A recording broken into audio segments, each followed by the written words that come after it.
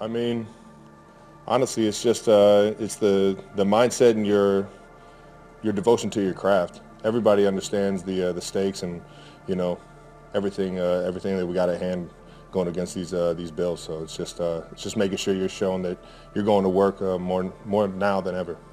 You won the second. This one it's more of a prove your age. This, as you look at this potential championship, what would that mean? I mean, I'm just excited for the challenges I get in this game, and I'm very appreciative of the opportunities that I have, and this is one of the biggest challenges that we've ever had. So I'm excited at attacking that. Travis, I know you studied the defense mostly. I'm sure you see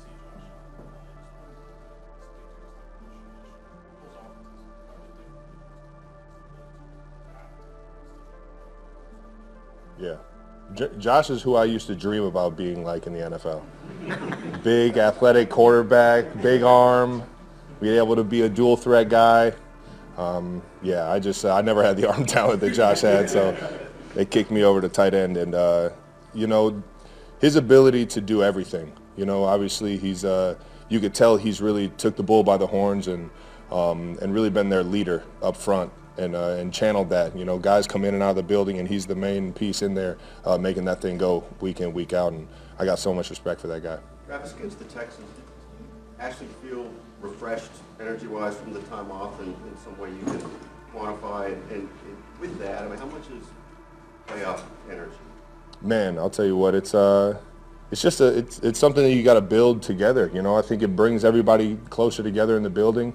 You get that time off, but everybody's working their tail off leading up to these big moments and these big games.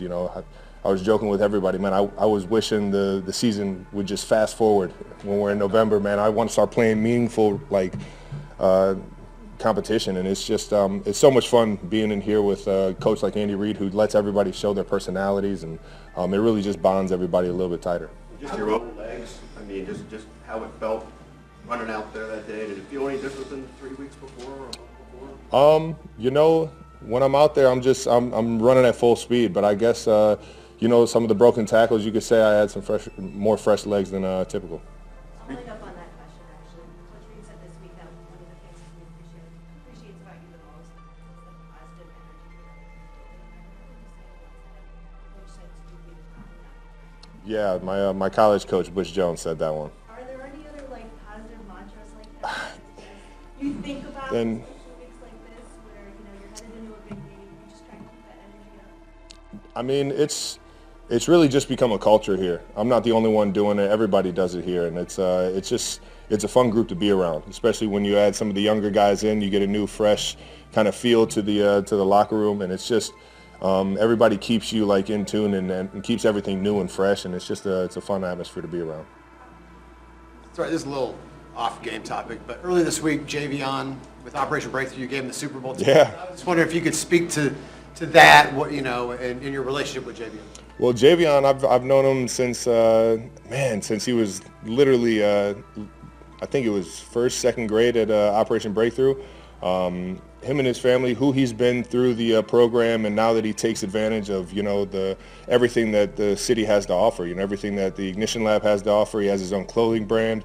So he's done a lot of cool things with his life, and it's just cool to see him be a leader to his brother, to set a good example, and show everybody in the community exactly what Operation Breakthrough and the Ignition Lab can offer. Last two, right here. Trav, how do you feel like you've grown as a player since your first ASU championship game till now? And then with your teammates, some who haven't been in this situation before, what are you telling them, or what type of message are you giving them to make sure that you've been on both ends of this game, that you come out on the top end of it? Well, just don't let the lights, blind you. It's a big moment. You're going to hype it up yourself because you've been dreaming about moments like these. And the biggest thing is that you're good enough.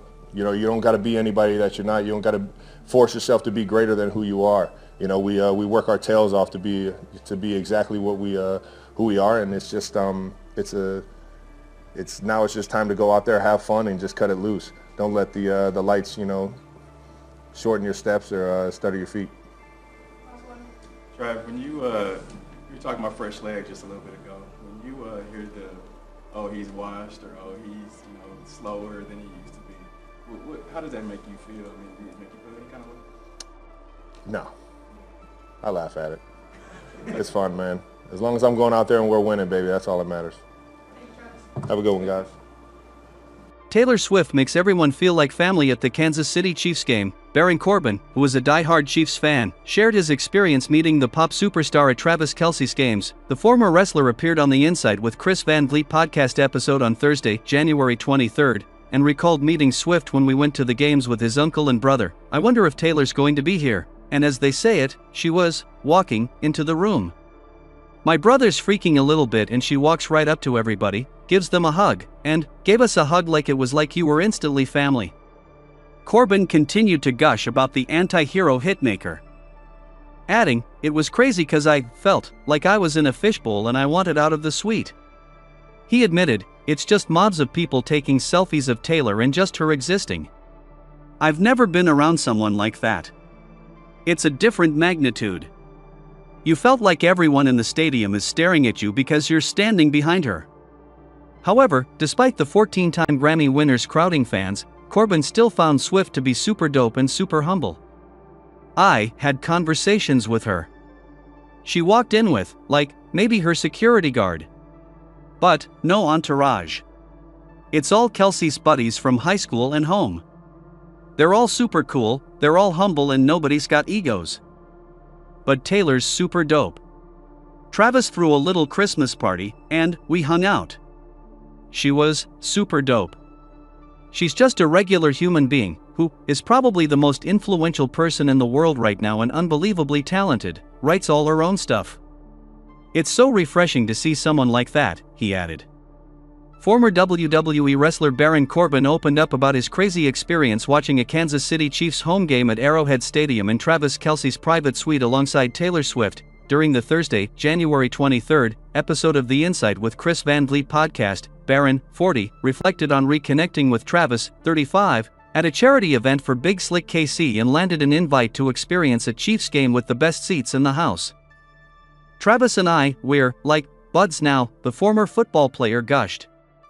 He's like, "Yo, come to a game. Let me treat you to a game, and stay in my suite." He's like, "I own a suite there."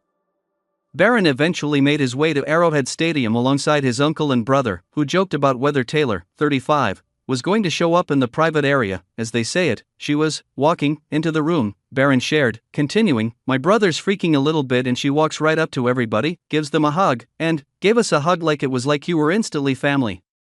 Baron had nothing but genuinely positive things to say about super dope and super humble Taylor, and even shared how much patience the Lover singer has with fans and peers. "It was crazy cause I felt like I was in a fishbowl and I wanted out of the suite," Baron shared. "It's just mobs of people taking selfies of Taylor and just her existing. I've never been around someone like that.